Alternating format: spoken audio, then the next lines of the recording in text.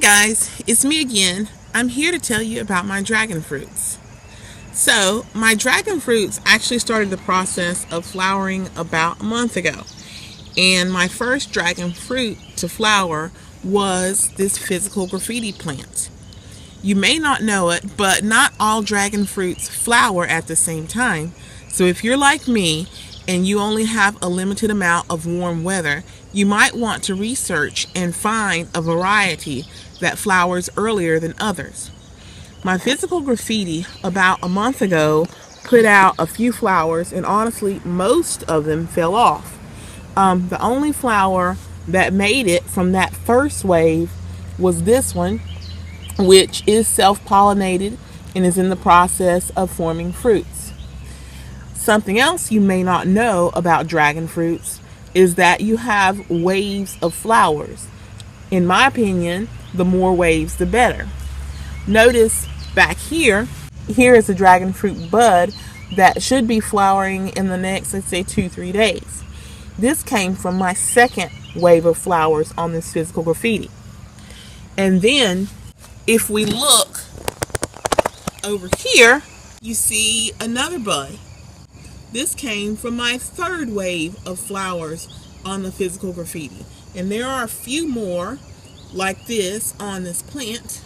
So I noticed yesterday when I came out here and looked that this physical graffiti is producing a fourth wave of flowers. Unfortunately, the physical graffiti is the only one that has produced flowers thus far.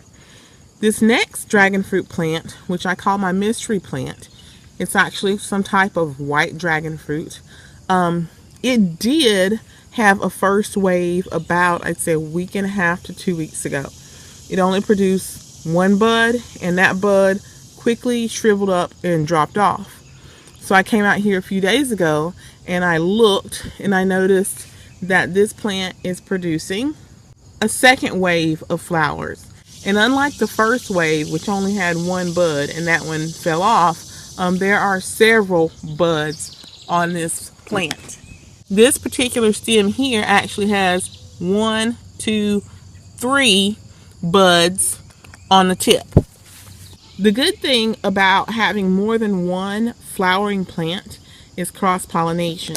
So obviously on this physical graffiti, this bud down here, I'm not going to be able to cross-pollinate. And there are a few more that are about that size. I won't be able to cross-pollinate. And I found last year when I don't cross-pollinate, my physical graffiti does set fruit, but they're smaller.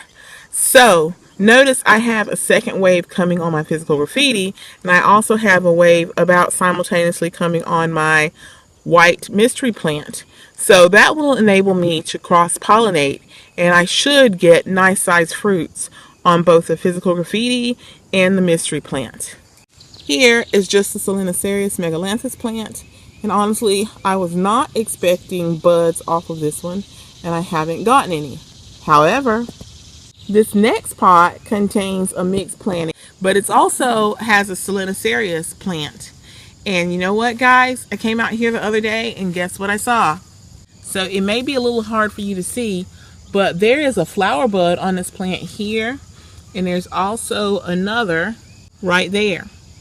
So surprisingly to me, my Pollination plant is trying to produce flowers here in North Carolina. So that's pretty much it, guys. I have 3 dragon fruit plants that are in the process of producing flowers. Hopefully these flowers will produce fruit. I have found that a lot of the flowers sometimes drop off along the way. So just because you get buds doesn't mean that they're going to come to fruition and give you fruit. I'll keep you updated on the progress of my dragon fruits. Thanks for watching. Bye-bye.